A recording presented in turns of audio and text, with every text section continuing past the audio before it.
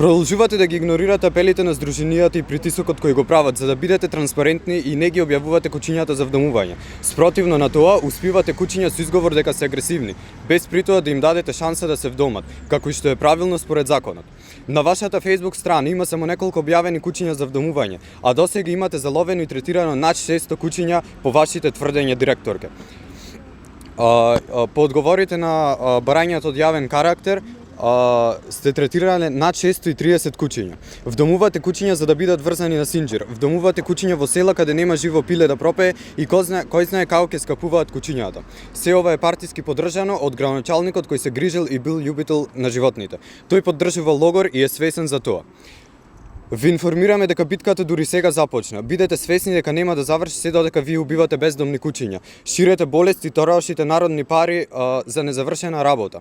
Агенцијата за храна и ветеринарство, како институција во која треба да имаме надеж, го кажува спротивното. Политизирана институција која не ги спроведува законите за кои е надлежна.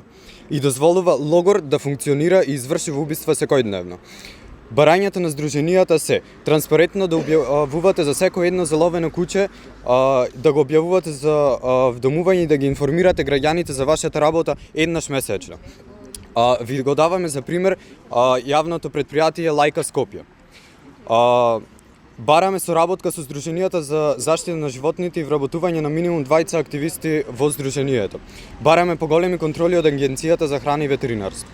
Најпрво незадоволството почнува од нетранспарентноста како прво, значи не знам колку луѓе знаат што се работи во ЈПЛАНа и колку куќиња имаат заловено. Кој што јас не знам, не сум видела никаде ни објава, ниту информација од јавен карактер, ништо. Значи тоа како јавно предпријатие треба да работи јавно и да работи за народот. Тоа е првото незадоволство. Второто незадоволство е начинот на кој што се враќаат куќињата, значи состојбата во која се враќаат. Многу куќиња сме виделе со полуотворени рани, загноени рани, рани поголеми од тоа што треба да бидат. И исто така куќиња кои што се враќаат со кожни проблеми, со шугавец, кој што е заразен и за луѓето, пред се за овие луѓе кои што имаат некои си хронични болести. Ние треба да мислиме пред се за луѓето и да мислиме и за статусот на куќињата во кои што се враќаат и не може да враќаме болни куќиња на улица.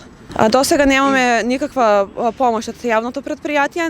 Наша сугестија, како што каже Леонардо, е да се вработат барем 20 активисти во стационарот за поголема контрола, транспарентност и мислам дека тоа е единствениот начин како да се подобри соработката со јавното предпријатие.